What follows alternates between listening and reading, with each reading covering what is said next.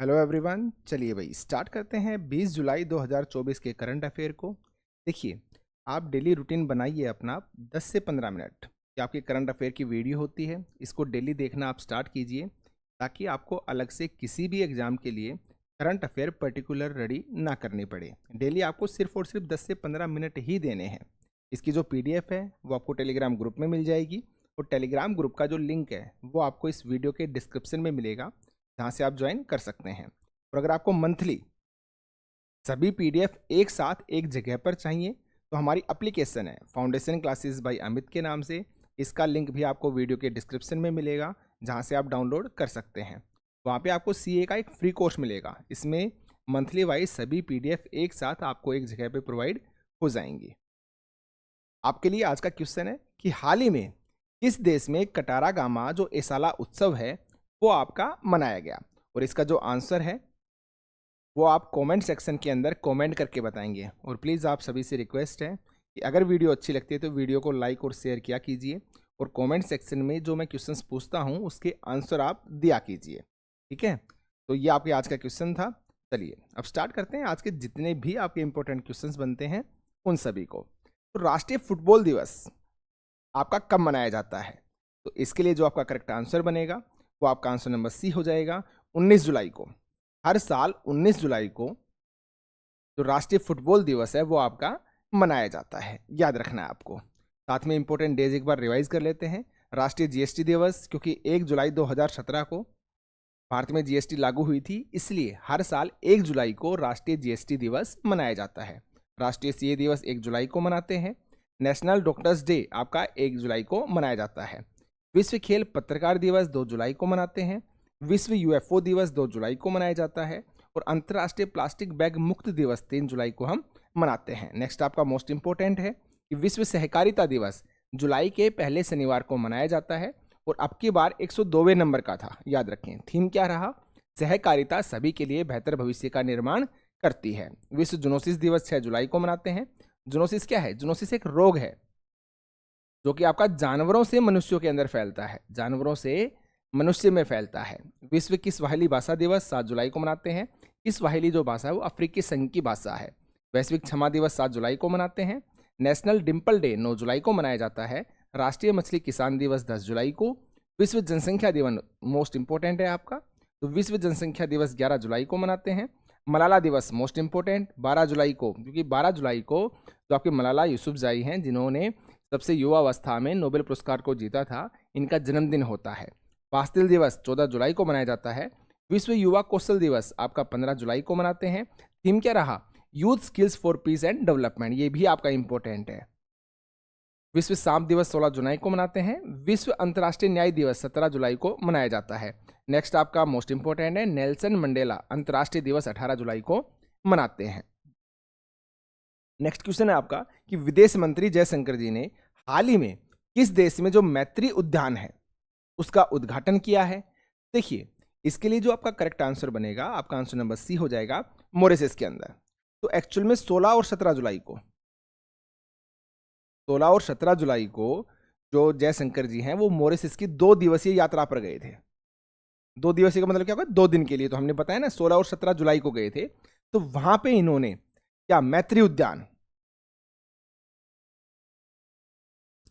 उद्यान का उद्घाटन किया, जो किस बात को दर्शाता है? भारत और जो मॉरिशस है उसके बीच में जो रिश्ते हैं उनको दर्शाता है। ठीक है, तो आपको याद रखना है। और मॉरिशस के विदेश मंत्री कौन है? मनीष गोबिंद। ये भी आप अलग से याद रख सकते हैं, क्या नाम है? मनीष गोबिंद, जो मॉरिशस के क्या हैं? विदेश मंत्री हैं। भारत के कौन हो गए? आपके एस जयशंकर जी। तो करेक्ट जो आपका आंसर बनेगा, आंसर नंबर आपका सी हो जाएगा। ये आप इमेज के अंदर देख सकते हैं आपस में बात करते हुए। यूरोपीय आयोग के अध्यक्ष किसे चुना गया है? तो देखिए, एक्चुअल में इनको फिर से चुन लिया गया है और 5 साल के लिए आपका चुना जाता है। कितने साल के लिए? 5 साल के लिए इनको चुना गया है फिर से। जो यूरोपीय जो आयोग है उसके अध्यक्ष को 5 साल के लिए चुना जाता है। तो ये फिर से बन गई हैं आपका option number 1, Ursula von der Leyen. याद रखना है। पहली बार कब बनी थी? तो 2019 में इनको चुना गया था। और कब? जुलाई 2019 में। तो 1 नवंबर 2019 को, जुलाई 2019 में तो इनका चुनाव हुआ था, इनको चुना गया और 1 नवंबर 2019 में इन्होंने अपना जो पदभार है वो संभाल लिया था। ठीक है। और अब इनका कार्यकाल समाप्त हो रहा था आपका 31 अक्टूबर 2024 को। 31 अक्टूबर 2024 को ये रिटायर होने वाली थी, तो अब इनको फिर से चुन लिया गया है और अक्टूबर 2029 तक ये बनी रहेंगी। अक्टूबर 2029 तक ये बनी रहेंगी। 1 नवंबर 2024 से अपने कार्यभार को स्टार्ट कर देंगी। कंफ्यूजन मत रखिएगा, पहली बार इनको चुना गया था, या ये आप ये याद रखिएगा कि कार्यभार कब संभाला था। तो पहली बार जब इन्होंने कार्यभार संभाला था तो 1 नवंबर 2019 को संभाला था। कब तक बना रहना था? 31 अक्टूबर 2024 तक इन्हें बना रहना था। तो 31 अक्टूबर 2024 को जैसे ये रिटायर हो जाएंगी, उसके नेक्स्ट डे ही यानी कि 1 नवंबर 2024 से ही फिर से अपना सेकंड कार्यकाल के लिए जो पदभार है उसको संभाल लेंगी। और कब तक बनी रहेंगी? फिर अक्टूबर 2029 तक बनी रहेंगी। तो करेक्ट जो आपका आंसर आएगा, आंसर नंबर आपका फर्स्ट हो जाएगा। और ये जर्मनी से हैं, ये भी आप याद रखें। कहाँ से हैं? जर्मनी राजनेता है, जर्मन से हैं ये। आप इमेज के अंदर देख सकते हैं, वोंडेयर। ठीक है। हाल ही में चर्चित गेवरा व कुसमुंडा जो खदान है वो किस राज्य में स्थित है? तो एक्चुअल में देखिए है क्या कि आपका worldatlas.com इसके अनुसार दुनिया की शीर्ष 10 जो कोयला खदान है उनके अंदर इनका नाम आया है। गेवरा और कुसमुंडा को जो नाम है, जो दुनिया की सबसे इंपॉर्टेंट जो शीर्ष 10 कोयला खदान है उनमें इनको शामिल किया गया है। तो तब आपसे पूछा गया कि किस राज्य में ये स्थित है। तो इसके लिए जो आपका करेक्ट आंसर बनेगा वो आपका आंसर नंबर फर्स्ट हो जाएगा, छत्तीसगढ़ के अंदर स्थित है। ठीक है। और अगर हम अपने देश की बात करें तो देश के वार्षिक कोयला उत्पादन में इन दोनों का लगभग 10% का योगदान है। और ये सिर्फ और सिर्फ अकेले 2023-24 के अगर डाटा की बात करें तो 2023-24 के अंदर कोयला उत्पादन में 100 मिलियन टन, 100 मिलियन टन से भी अधिक इन दोनों का उत्पादन रहा है। तो आप ये याद रख सकते हैं। और इसके अलावा अगर आपसे पूछा जाए कि दुनिया की सबसे बड़ी कोयला खदान कौन मानी गई है, तो ब्लैक थंडर। ब्लैक थंडर आपकी खदान है। और ये कहाँ पे है? ये आपके यूएसए के अंदर है। तो ये सबसे टॉप पे है। जिस 10 के बारे में हमने बात की ना, तो सबसे टॉप पे आपकी यूएसए की है जिसका नाम है ब्लैक थंडर। और 4 आपकी इंडोनेशिया की भी शामिल है इसके अंदर। तो सबसे टॉप वाली आप याद रखिएगा, साथ में आप भारत के बारे में याद रखें। ठीक है। तो करेक्ट आपका जो आंसर बन जाएगा, आंसर नंबर फर्स्ट होगा छत्तीसगढ़। ये आपका छत्तीसगढ़ का मैप है। हाल ही में किस भारतीय अंतरिक्ष वैज्ञानिक को अंतरिक्ष अनुसंधान समिति द्वारा सम्मानित किया गया है? तो इसके लिए आपका आंसर क्या है? प्रहलाद चंद्र अग्रवाल होगा, अनिल भारद्वाज होगा, दोनों होंगे, या फिर इनमें से कोई नहीं। तो जो करेक्ट आपका आंसर बनेगा, आपका आंसर नंबर सी हो जाएगा, दोनों को ही मिला है। अगर हम प्रहलाद चंद्र अग्रवाल की बात करें तो इन्हें मिला है हैरी मैसी पुरस्कार। याद रखेंगे आप। ठीक है, हैरी मैसी पुरस्कार। और अगर हम अनिल भारद्वाज की बात करें तो इन्हें विक्रम साराभाई पदक मिला है।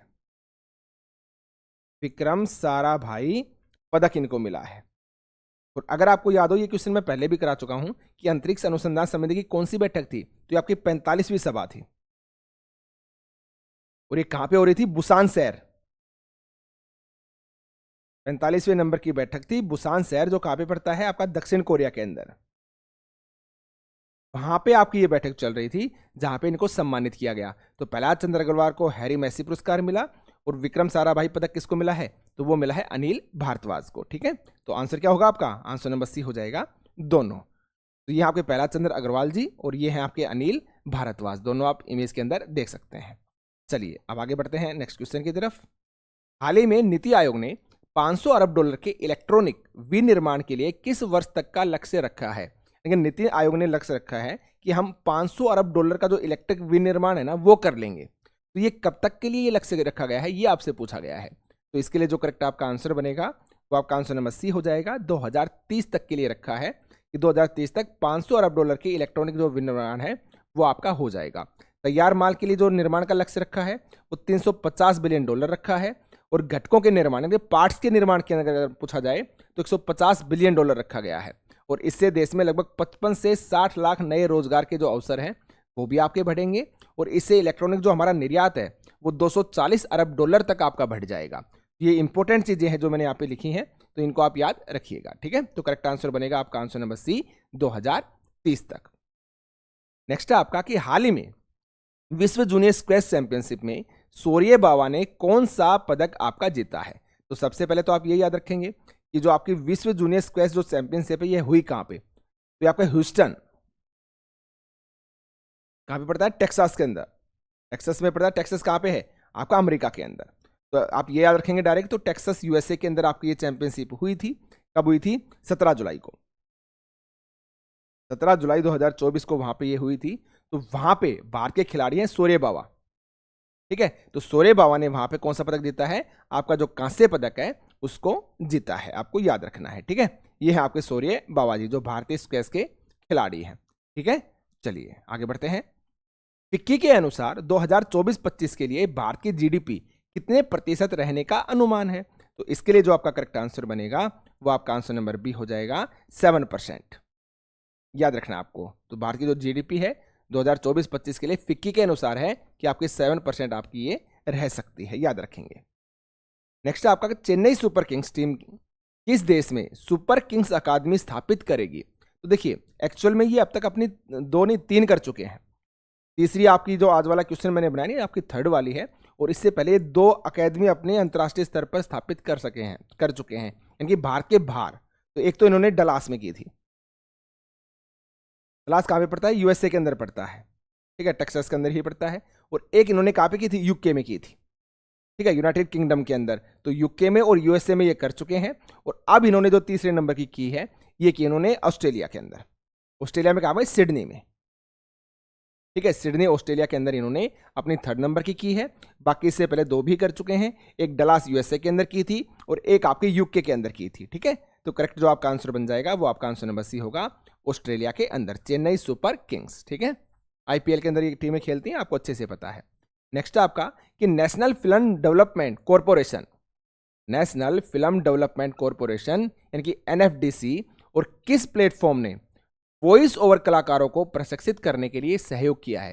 देखिए वॉइस ओवर, जो आपकी फिल्म बनती है तो फिल्म में जब काफ़ी बार जो आवाज़ है उसको डब करना पड़ता है ना, तो उसको वॉइस ओवर बोलते हैं, ठीक है। तो वॉइस ओवर कलाकारों को प्रशिक्षित करने के लिए जो एनएफडीसी है, नेशनल फिल्म डेवलपमेंट कॉरपोरेशन है, उसने किस प्लेटफॉर्म के साथ सहयोग किया है, ये आपसे पूछा गया है। तो यहाँ पे जो आपका करेक्ट आंसर बनेगा वो आपका आंसर नंबर बी हो जाएगा, नेटफ्लिक्स इंडिया के साथ किया है। और इस प्रोग्राम का नाम क्या होगा? The voice box, the voice box. ये जो प्रोग्राम होगा ना इसका ये नाम होगा क्या? Voice box skill upgradation programme, the voice box launch किया है नेटफ्लिक्स इंडिया के साथ मिलके। किसने? नेशनल फिल्म डेवलपमेंट कॉरपोरेशन ने, याद रखेंगे आप। तो करेक्ट आंसर आपका हो जाएगा answer number B, Netflix India, ठीक है। ये आप इमेज के अंदर देख सकते हैं। तो ये आपके आज के इंपॉर्टेंट क्वेश्चंस थे। अब फटाफट से हम जो रिवीजन है रिवीजन को कर लेते हैं। तो हाल ही में किस देश में कटारा गामा इसाला जो उत्सव है वो मनाया जा रहा है? श्रीलंका के अंदर। हाल ही में लाडला भाई योजना किस राज्य में शुरू की गई? महाराष्ट्र के अंदर। किस बैंक ने भारत को रूफटॉप सौर प्रणाली के लिए $240.5 मिलियन की मंजूरी दी है? तो एडीबी ने, यानी कि एशियाई विकास बैंक ने। और फ्लीट अवार्ड फंक्शन में किसे पूर्वी बेड़े का सर्वश्रेष्ठ जहाज चुना गया है? तो आईएनएस दिल्ली को चुना गया है। एलआईसी ने कॉर्पोरेट एजेंसी व्यवस्था के लिए किस बैंक के साथ समझौता किया? तो आईडीएफसी फर्स्ट बैंक के साथ। और आरपीएफ ने किस ऑपरेशन के तहत 7 वर्षों में 84,119 बच्चों को बचाया है? नन्हे फरिश्ते। और नोवा महिला क्रिकेट एशिया कप 2024 कहाँ पे हुआ? श्रीलंका के अंदर। और हाल ही में किस सरकार ने शहरी क्षेत्रों में नक्सलवाद पर अंकुश लगाने के लिए विधेयक पास किया है? तो महाराष्ट्र की सरकार ने।